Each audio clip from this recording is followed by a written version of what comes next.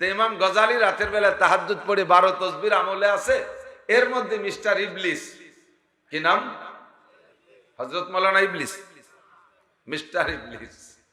সারা পৃথিবীর বর্তমান সময়ের সমস্ত মাওলানার এলেমরে এক জায়গা করলে শয়তানের এলেমের সমান হবে না, তবুও তারে মাওলানা ইবলিস কওয়া যাচ্ছে না, মিস্টার ইবলিস।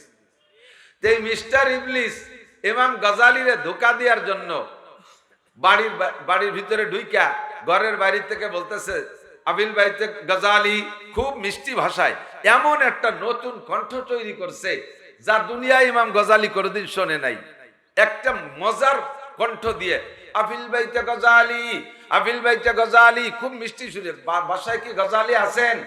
তো ইমাম গজালি কান খাড়া করে শুনে যে একটা অপূর্ব নতুন কণ্ঠ।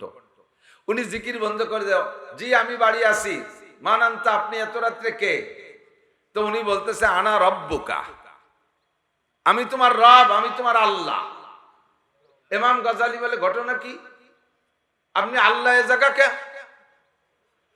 তো আল্লাহ বলতেছে যে তোমার জিকির, তোমার ইবাদত, তোমার তাহাজ্জুদ, তোমার খুশু খুজু, তোমার মুরাকাবায় আমি আরশে আজিমে থাকতে পারি নাই। তোমারে নেয়ার জন্য জান্নাত থেকে বুরাক নিয়ে আইছি তোমারে মেরাজ করানোর জন্য। তো ইমাম গজালি বলছে, জি আল্লাহ দাঁড়ান আসতেছি। কয় নাই যে আমি এখন চেয়ার দিচ্ছি ওই জায়গায় বসেন, জি আল্লাহ দাঁড়ান আমি আসতেছি। আল্লাহরে দাঁড়ায় ধুইয়া তাকের পর ওনার কুড়া লাঠি, এই কুড়া লাঠি নিয়ে পিছনে লুকায় নিয়ে যাইয়া লাফ দিয়ে আল্লাহরে দমাদম বাড়ি। আল্লাহর বেটা আল্লাহ, তোর চামড়া চুলি ফেলাই দেবো। লাউলাহু মা খালাকাল আফলাকা খালিকুহা লাউলাহু মা খারাজাল ইনসানু মিন আদামি। যেই নবীরে না বানাইলে আমার মতো লক্ষ কোটি গাজালিকে আল্লাহ বানাইতেন না। যেই নবীকে না বানাইলে আসমান জমিন বানাইতেন না।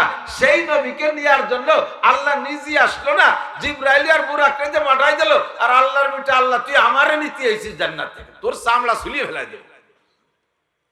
দমাদম দুই বাড়ি দিতি না দিতি দৌড়ই ছাড়িয়ে কয়, তুই আজকে এলেমের জোরে বাঁচে গেলি। ইমাম গজালি কয়, এটাও তুই যার সময় ধোঁকা দিয়ে যাচ্ছিস, আমি এলেমের জোরে বাঁচি না।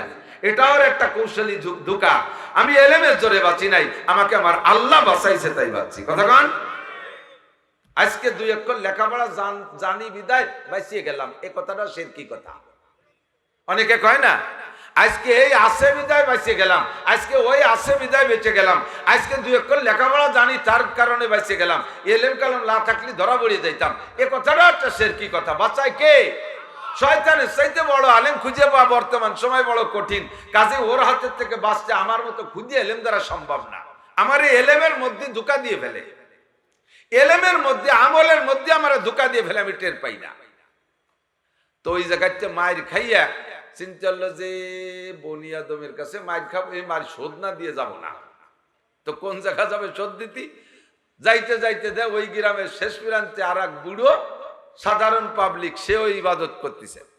তো যাইয়ে তার দরজা বলছে, আবিল ভাইতে ফুলান, আবিল ভাইতে ফুলান, বাসায় কি অমুক আসো? কয় জি আসি।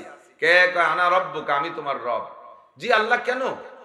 কয় আমি তোমার জিকির ফিকির তাহাজ্জুদ ইশরা কাওয়াবিন চাষতে মুগ্ধ হইয়া, তোমার মুরাকাবার ধ্যানে পাগল হইয়া আমি আরশে আজিমে থাকতে পারিনি, তোমার জন্য জান্নাতি বুরাক নিয়ে চলে এসেছি। আল্লাহু আকবার।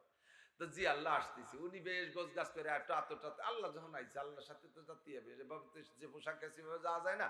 একটু সাজিয়ে গুজে জি আল্লাহ দাঁড়ান, আমি পাগড়ি টাগড়ি পরে আসি। কায়দারে সাজিয়ে গুজে পাগড়ি টাগড়ি পইরা গেছে, যাই দেখে যে কার গোয়ালিতে যেন গাদা একটা খুললে বুরাক বানাই নিয়ে এসেছে। চোর শয়তান গাদা একটা খুলে এনে এই যে বুরাক, আল্লাহ সুফি সাহেব ওঠেন। তো যদি গাদার মতো দেখা যায় অন্ধকারে তুমি টের পাচ্ছ না, বসো, আমি তোমার জন্য গাধা নিয়ে আসতে গেছি, বসো। এবার গাদার পিঠে বসাইয়া দৌড় শুরু করছে, ধুমসা দৌড়। প্রথম দৌড়ি পাগড়ি খুলে গেছে, কয় আল্লাহ পাগড়ি খুলে গেছে, কোটা থাক, জান্নাতি পাগড়ি পরানো হবে। এরপরে জামা খুলে গেছে, আল্লাহ জামা নাই, কয় থাক, আলাদা জামা দেওয়া হবে। এরপরে বেত বাগানের কাটার মধ্যে দিয়ে দৌড়াচ্ছে, আল্লাহ যে লুঙ্গিও খুলে গেছে, ওটা থাক।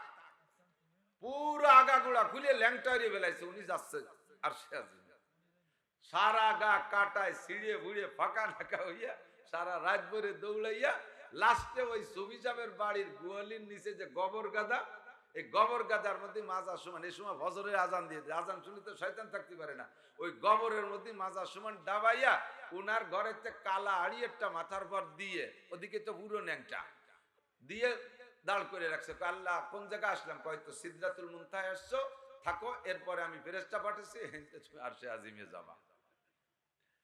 তো দাঁড় করে তুই শয়তান ভাগিয়ে সারিয়া এর মধ্যে ফজরে আজান দেশে বুড়ি উঠে বুড়োরে খুঁজে পায় না, ঘুষতি ঘুষতি ঘুষতি ঘুষতি গোয়াল ঘরের নিচে দেয় যে মানুষ একটা দাঁড়ানো, বুড়ি আচমকা একে এখানে। তো বুড়ো কয় কথা বলে না, আমি সিদরাতুল মুনতাহায়। বুড়ি কয় তুমি সিদরাতুল মুনতাহা, তুমি গবরাতুল মুনতাহায় আইছো। আল্লাহু আকবার, আল্লাহু আকবার। ফকিহুন মুতাওয়াররি, ফকিহুন আলিমুন মুতাওয়াররিউন আশাদ্দু আলা শাইতান মিন আলফি আবিদিন। হাজার আবেদরে এমন করে শয়তান ধোঁকা দিতে পারে, কিন্তু একজন যোগ্য আলেমের কাছে ধোঁকা দিতে খুবই কঠিন। তার কাছে সে হেরে যায়। কথা বলেন ঠিক কি ঠিক না? এই জন্য বলা হয় ফজলুল আলিমি আলাল আবিদি কা ফজলি আলা আদনাকুম। সারা জীবন ভরে আলেমের মর্যাদা সর্বোচ্চ। আপনি আলেম হয়ে যান, দামি হয়ে যাবেন। আপনি আলেম হয়ে যান, দামি হয়ে যাবেন। এই জন্য আলেমরাই ফতোয়া দেবে, আলেমরাই ফতোয়া তৈরি করবে। কতক্ষণ? পুরুষরা সারা দুনিয়ার এলেম শিখবে, সংবিধান তৈরি হয়ে গেল। নারীরা কতটুকু শিখবে? এই আলোচনায় যখন বসছে, কোরআন শরীফের ভিতরে পরিমাণ পাওয়া যায় নাই, শিক্ষার গুরুত্ব আসছে। হাদিসের মধ্যে পরিমাণ পাওয়া যায় নাই, কিন্তু শিক্ষার গুরুত্ব আসছে।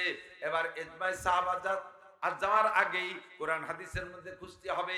ইজমায়ে সাহাবা তাৎক্ষণিকভাবে যাইতেন না, 2-4 দিন 10 দিন পর্যন্ত কোরআন হাদিস খোঁজার পরে না পাইলে তারপরে ইজমা হইতো।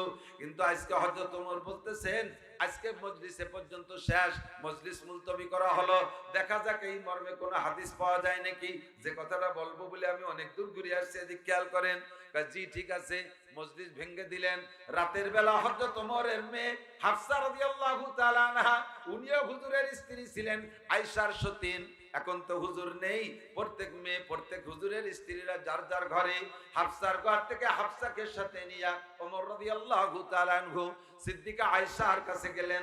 আগে হাফসার কাছে জিজ্ঞেস করছে, মা, নারীদের শিক্ষা সংক্রান্ত কোনো পরিমাপকাঠি হুজুরের থেকে তোমার জানা আছে নাকি? হাফসা বললেন, না আব্বা, আমি শুনি নাই।